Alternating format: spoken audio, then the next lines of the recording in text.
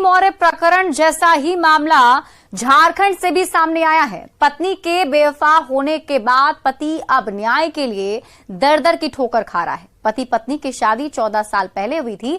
फिलहाल पुलिस पूरे मामले की जांच में जुटी हुई है।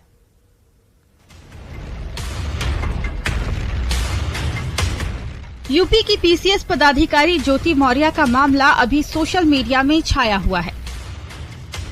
इसी मामले के तर्ज पर झारखंड में भी एक घटना सामने आई है, जहां कल्पना नाम की महिला नौकरी लगने के बाद अपने बेरोजगार पति को छोड़कर फरार हो गई है।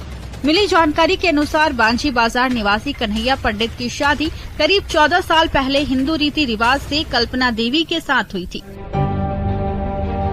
अशिक्षित पति ने अपनी पत्नी को जमशेदपुर में रखकर एएनएम की पढ़ाई करवाई। कई प्राइवेट अस्पतालों में पढ़ाई के बाद कल्पना ने नौकरी भी की, लेकिन नौकरी लगते ही उसे कोई गैर भाग गया। तो हम लेबर काम ट्रैक्टर चलाते हुए, घर के देखते हुए चलाते हुए और उनको पढ़ाए लिखाए। कहाँ पर पढ़ाए? अच्छा, फिर वहाँ पर पढ़ाने के बाद वहाँ हो गया, तो उसके बाद टाटा जमशेदपुर से वैकेंसी निकला, वहाँ पर बोलती है पढ़ेंगे। पति कन्हैया का आरोप है कि पत्नी को पढ़ाने में कर्ज अधिक होने के कारण वो कमाने के लिए गुजरात चला गया था। लौटकर आया तो पत्नी का व्यवहार बहुत अच्छा नहीं था। बात बात पर वो अपने पति से झगड़ा करती थी और बाद में एक लड़के के साथ भाग गई। बेचारे पति ने अपनी पत्नी की खोज में थाने में प्राथमिकी दर्ज कराई, लेकिन वहाँ भी उसे अभी तक निराशा ही मिली है। करा देंगे और लड़की बोलता है का लड़की बोलता है इनके साथ नहीं रहेंगे। ये वाला अचानक बात बोल रहा है, हमरा भी दिमाग उड़ गया कि का। कन्हैया पंडित ने बताया कि कल्पना से उसकी शादी 14 साल पहले हुई थी। दोनों का एक 10 साल का बेटा भी है। बीते 14 अप्रैल को उसकी पत्नी अपने मायके जाने के लिए बोल कर गई, लेकिन शाम तक वो दोनों नहीं पहुंची। कन्हैया पंडित के अनुसार उसके सारे जमीन जायदाद के कागज उसकी पत्नी के पास है। हमको सताना चालू कर दिया, 5-6 दिन सता लिया। हम अपने बच्चे को शिशु मंदिर स्कूल में एडमिशन करवाए, बुरियो में एडमिशन कराते हुए उनके बाद 2 दिन के पहले एडमिशन करवा दिए और उसके बाद 2 दिन के बाद हमको बोला का आज जाते हैं पिताजी के घर बेडशीट लाने की। गुरुवार को एसडीपीओ कार्यालय से उस लड़के को फोन गया कि वो अपनी पूरी जानकारी के साथ ऑफिस पहुंचे। और कर्जे में 1.5-2 लाख रुपया कर्जा में गिर गए थे, तो हमको भेज दिया कल्पना कि चले जाइए अब बाहर से कमा के भेजिएगा। रही थी जब होली में जब आए हम, तो उनका बाद मैंने पति पत्नी में रिश्ता देखते हैं इनको ख़त्म कर दिया। तो उनके बाद खाना भी नहीं देने लगी हमको, और तब इनका अथी ले गए तेलो। वहाँ पर विचार हुआ, विचार होने पर भाई सब बोला का कि नहीं इस तरह नहीं होगा, अभी छूटा छुट्टी नहीं होगा। इनका पिताजी बोलता है छूटा छुट्टी का। विनाश कुमार। अगले साल होने वाले लोकसभा चुनाव में बीजेपी आदिवासियों की गोलबंदी पर सबसे ज्यादा फोकस करेगी।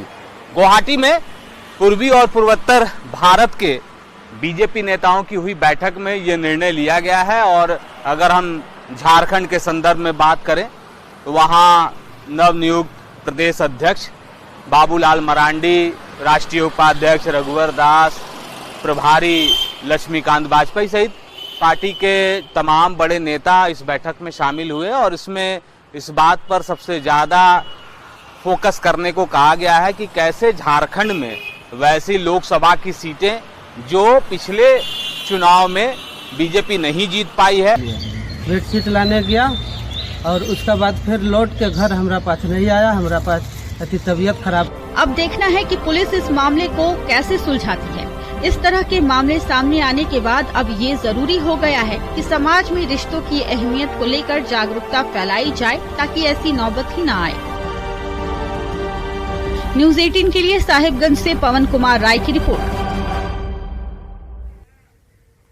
झारखंड बीजेपी ने आदिवासी मतदाताओं की गोलबंदी को पहली प्राथमिकता में रखा है। अगले साल होने वाले लोकसभा चुनाव को लेकर गुवाहाटी में हुई बीजेपी नेताओं की बैठक में यह निर्णय लिया गया है कि लोकसभा की 5 और विधानसभा की 28 एसटी सीट पर बीजेपी के नेता सबसे ज्यादा पसीना बहाते हुए नजर आएंगे। आगामी लोकसभा चुनाव को लेकर बीजेपी की क्या है रणनीति, बता रहे हमारे सहयोगी। को सफलता मिलती है तो 2024 में ही जो झारखंड में विधानसभा के चुनाव होंगे और झारखंड में जो एसटी की 28 सीटें हैं उसमें कैसे बीजेपी को और माइलेज मिल सके, इस पर सबसे ज्यादा गौर करने को कहा गया है। तो लोकसभा चुनाव में अभी से ही आदिवासियों की गोलबंदी को लेकर बीजेपी ने कमर कस ली है और जैसे जैसे समय आगे बढ़ेगा जो एसटी बहुल जो सीटें हैं, जो इलाके हैं, वहां बीजेपी के नेता, खासकर आदिवासी नेता, पसीना बहाते हुए दिखेंगे।